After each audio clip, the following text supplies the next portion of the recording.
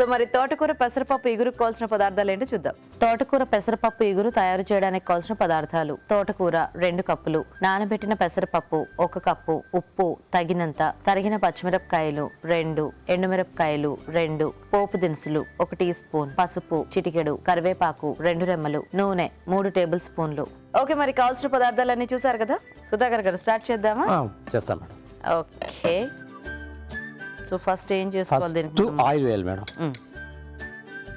Oil వేసిన తర్వాత పప్పు, పెసరపప్పు ఇదేంటి ఆల్రెడీ నానబెట్టారా, ఉడికించారా? నానబెట్టింది కదా. ఓకే, సో ఫస్ట్ పప్పు వేయించుకోవాలా? లేదు, నెక్స్ట్ తోటకూర వేయాలి. ఓకే, సో ఫస్ట్ ఈ పప్పును తోటకూర ముందు మనము ప్రాసెస్ చేసుకోవాలి. చేసుకున్న తర్వాత కొంచెం లైట్గా వాటర్, పచ్చిమిరపకాయల, ఇప్పుడు మిరపకాయలు వేయాలి. ఓకే, పచ్చిమిర్చి వేసిన తర్వాత దీన్ని ఉడికించాలి. ఓ, అయితే మామూలుగా మనం కుక్కర్లో చేసుకుంటాం కదా ప్రాసెస్, ఫస్ట్ ఆకుకూర పప్పు ఉడికించడం అలా అన్నమాట. అవును. సో అయితే మూత పెట్టారు. ఇది మనకి మెత్తగా బాయిల్ అయిపోయింది. దాని ముందర మనము తర్వాత ఈ పోపు వేసుకోవాలి పక్కన. దీంట్లో పోపు పెట్టుకోవాలి మేడం. దాంట్లో పోపు పెట్టుకున్న తర్వాత సో అయితే మీరు అన్ని ఇలాంటి చిన్న చిన్న వంటలు నేర్చుకున్నారనమాట. అవును మేడం. సో చూద్దామా ఇది ఒకసారి. ఇలా సరిపోతుందండి ఇది, ఇంకొంచెం అవ్వాలేమో కదా. సో సాల్ట్ వేసేస్తారా? సాల్ట్ వేయాలమా? సీ సాల్ట్ కూడా వేసుకోవచ్చు, ఆర్డినరీ ఉప్పు తగినంత ఉప్పు వేసుకోవచ్చు. సో మీరు సీ సాల్ట్ వాడతారా? అవును మేడం.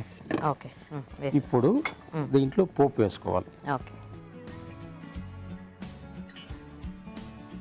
సో ఇంక ఇంట్లో ఎవరు లేకపోతే మీరు వంట చేసుకునేటప్పుడు ఇంకా మీకు తోచిన విధంగా చేసేస్తారనమాట. అంతే మేడం. అంతేనా? అంతే అంతే. సో ఫైనల్ టేస్ట్ అయితే బాగా వస్తుంది కదా. టేస్ట్ బాగా వస్తుంది మేడం. దీంట్లో పోపు అయిన తర్వాత కరివేపాకు. ఓకే, కరివేపాకు మనకు ఇష్టం ఉంటే మిర్చి వేసుకోవచ్చు, కట్ చేసి వేసుకోవచ్చు. ఎండుమిర్చి, పసుపు పొడి, లైట్గా పసుపు పొడి.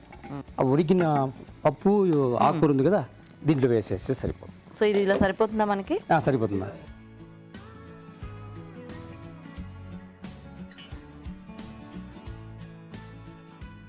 సో మనకి ఏ ఆకుకూరతోనైనా చేసుకోవచ్చు కదా. అంటే కూటు అంటే మేము తమిళనాడులో కూటు అంటాము, దాన్ని కూటు అంటాము.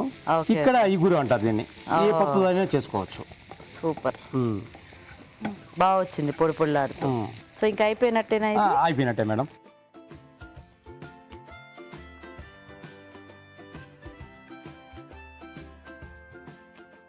సో మీరు అన్నట్టు కూట్లాగా చేసుకోవాలంటే కొంచెం నీళ్ళు ఎక్కువ వేసి కొద్దిగా ముద్దలాగా చేసుకుంటాం కదా. అవును మేడం, అవును. సో మనం ఎగురు అనుకున్నాం కాబట్టి కొంచెం పొడి పొడిగా ఉంటుంది. సో మరి తోటకూర పెసరపప్పు ఇగురు రెడీ అయిపోయిందండి. టేస్ట్ చూసే ముందు తయారీ విధానం ఇంకోసారి చూద్దాం. తోటకూర పెసరపప్పు ఇగురు తయారు చేసే విధానం: ఒక పాన్ లో నానబెట్టిన పెసరపప్పు, తోటకూర వేసి కొద్దిగా నీళ్లు పోసి తరిగిన పచ్చిమిరపకాయలు, ఉప్పు వేసి ఉడికించాలి. మరొక పాన్ లో నూనె వేసి పోపు దినుసులు, కరివేపాకు, ఎండుమిరపకాయలు, పసుపు వేసి వేయించాలి. దీనిలో తోటకూర పెసరపప్పు మిశ్రమం వేసి వేగనివ్వాలి. అంతే, తోటకూర పెసరపప్పు ఇగురు రెడీ.